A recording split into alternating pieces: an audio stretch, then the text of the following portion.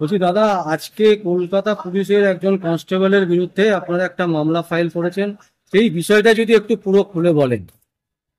দেখুন, আজকে যে মামলাটা আমরা ফাইল করেছি, গত কয়েকদিন আগেও মামলা কয়েকটা ফাইল হয়েছে এবং আমাদের কাছে ইতিমধ্যেই একাধিক মক্কেলরা আসছেন তারা খবরটা জানার পর থেকে। বিষয়টা হচ্ছে কি, কলকাতা পুলিশের একজন কনস্টেবল, সিটি থানার কনস্টেবল, তার নাম অর্জুন সাহা এবং তার স্ত্রী শম্পা সাহা, এই দুজন ব্যক্তি কলকাতা পুলিশের উচ্চপদস্থ আধিকারিকের পরিচয় দিয়ে যে আমার পোস্টিং লালবাজারে আছে, আমাদের পোস্টিং নবান্নে, আমাদের সঙ্গে মুখ্যমন্ত্রীর সঙ্গে আমার মুখ্যমন্ত্রী নিরাপত্তার দায়িত্বে আমরা আছি, এই একাধিক কথা বলে মানুষের কাছ থেকে, একাধিক বেকার যুবকদের কাছ থেকে কয়েক লক্ষ টাকা করে, প্রায় কয়েক কোটি টাকা প্রতারণা করে তুলেছে চাকরি দেওয়ার নাম করে। কাউকে বলেছে শেষ দপ্তরে চাকরি দেবো, কাউকে বলেছে পঞ্চায়েত দপ্তরে চাকরি দেবো, কাউকে বলেছে নবান্নে চাকরি দেবো। এই বিভিন্ন কথা প্রতিশ্রুতি দিয়ে, মিথ্যা প্রতিশ্রুতি দিয়ে বেকার যুবক যুবতীদের কাছ থেকে কয়েক লক্ষ টাকা, কারোর কাছ থেকে 13 লক্ষ টাকা, কারোর কাছ থেকে 7 লক্ষ টাকা, কারোর কাছ থেকে 8 লক্ষ টাকা, এবং কয়েক লক্ষ টাকা নিয়ে কয়েক কোটি টাকা আত্মসাৎ করে নিয়ে উনি দিব্যি বহাল তবিয়তে রয়েছেন এবং চাকরিও দেননি আর টাকাগুলোও ফেরত দেননি। প্রতারিত যুবক যুবতীরা তারা টাকা চাওয়ার জন্য যখন যায়, তাদেরকে একের পর এক ছলে বলে কৌশলে তাদেরকে মোটামুটি বিলম্ব করেন, টাকা কিছু দিচ্ছেন না। এই সমস্ত অভিযোগ কলকাতা পুলিশকে জানানো হয়েছে, পুলিশ কোনো পদক্ষেপ নেয়নি। পরবর্তীকালে সেই যুবক যুবতীগুলো প্রতারিত, যারা টাকা দিয়ে প্রতারিত হয়েছে, চাকরিও পাননি এবং তারা চাকরিও পাননি, টাকাও পাননি। আমার কয়েকজন মক্কেল, প্রায় 5-7 জনের মতো মক্কেল, আজকেই প্রায় 7টা মামলা করলাম। কেউ বীরভূমের আছেন, কেউ নদিয়ার আছেন, একজন পুরুলিয়ার আছেন, পশ্চিম মেদিনীপুর, ঝাড়গ্রামের একাধিক, পশ্চিমবঙ্গের একাধিক জেলা থেকে কিছু কিছু প্রতারিত যুবক যুবতীরা আসছেন আমাদের কাছে।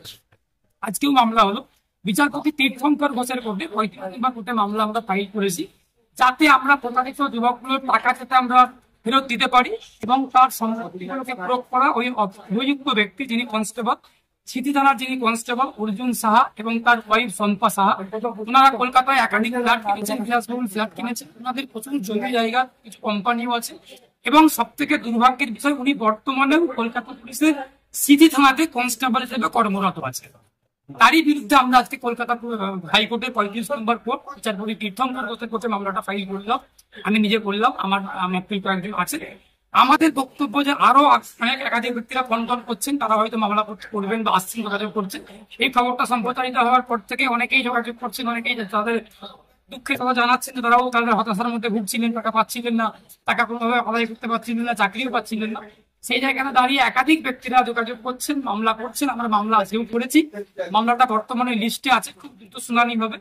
আমরা আশা করছি আপনারা তাদের টাকাগুলোকে উদ্ধার করে, আমরা আদালতের কাছে ব্যাপারটা পুরো তুলে ধরেছি, পিটিশনটা আমরা করেছি, বিচারপতি তীর্থঙ্কর ঘোষের কোর্টে 35 নম্বর কোর্টে মামলাটা করেছি এবং বিচারপতি খুব স্বচ্ছতার সঙ্গে, খুব নিরপেক্ষতার সঙ্গে এবং স্বচ্ছতার সঙ্গে আশা করি বিচারটা করবেন। করে আমরা আমাদের মক্কেলদের টাকা, যারা প্রতারিত যুবক যুবতী, তারা টাকা দিয়ে টাকাও পায়নি এবং চাকরিও পাননি, তারা টাকাগুলো ফেরত পেতে পারে, তার একটা সুব্যবস্থা আমরা আইনি ভাবে আদালতে এই জন্য এসেছি। আমরা আইনজীবীরা যারা আমরা আছি, আমার মক্কেল 7 জন আছে, সেই সূত্রে আমাদের মক্কেলকে আমরা সন্তুষ্ট করতে পারবো এবং টাকাগুলোকে আদায় করে আদালতের আইনে ফেরত দিতে পারবো। এই হলো মামলার বিষয়বস্তু।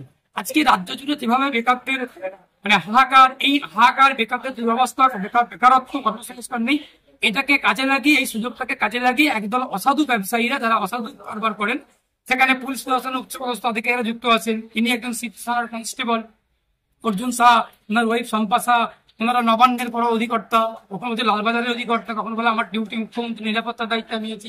এইসব পরিচয় দিয়ে বেকারদেরকে ঠকিয়ে, বেকার যুবক যুবতীদেরকে ঠকিয়ে তাদের কাছ থেকে লক্ষ লক্ষ টাকা প্রতারণা করেছেন, করে নিয়ে তারা আত্মসাৎ করে বহাল তবিয়তে আছেন। আর বেকার যুবক যুবতীগুলো যারা টাকা দিলেন, তারা চাকরি পেলেন না আর টাকাও ফেরত পেলেন না, তারা আজকে অসহায় নিরুপায় হয়ে কলকাতা হাইকোর্টের দ্বারস্থ হয়েছে। তাদের মধ্যে 7 জন মক্কেলের 7 জন প্রতারিত যুবক যুবতীদের আইনজীবী আমি মামলা করেছি, সেটা আমি জানাবো। বলছি, এই এই এত বড় একটা প্রতারণার যে ফাঁদ, এটা কি মনে হয় একা করেছেন উনি, একের সাথে আরো অনেকে আছে? অনেকেই যুক্ত হয়তো আছেন, আমাদের ধারণা সেটা তদন্ত হোক ঠিকঠাক ভাবে। আমরা টাকাটাও যেমন ফেরত দেবো, আমরা আইনজীবীরা উদ্যোগ নিয়েছি, আমাদের একাধিক আইনজীবীরা মামলা করছি। আমরা যেমন টাকাগুলোকেও ফেরত দেওয়ার একটা উদ্যোগ নেবো, অবশ্যই ফিরিয়ে দেবো। পাশাপাশি অভিযুক্ত যদি কনস্টেবল আছেন, ওনাকে হেফাজতে নিতে হবে, ওনাকে তদন্ত স্বার্থে হেফাজতে নিতে হবে, ওনার স্ত্রীকে নিতে হবে, নিয়ে কারা কারা এর সঙ্গে যুক্ত আছেন, কারা কারা মাথা আছেন, তাদেরকে খুঁজে বের করতে হবে, ওনাদের শাস্তিটাকে সুনিশ্চিত করতে হবে। পাশাপাশি যারা প্রতারিত ব্যক্তি, তাদেরকে টাকাটাও ফেরত দিতে হবে। এই দুটো উদ্দেশ্য নিয়ে, দুটো লক্ষ্য নিয়ে মামলাটা আমাদের উল্লেখ।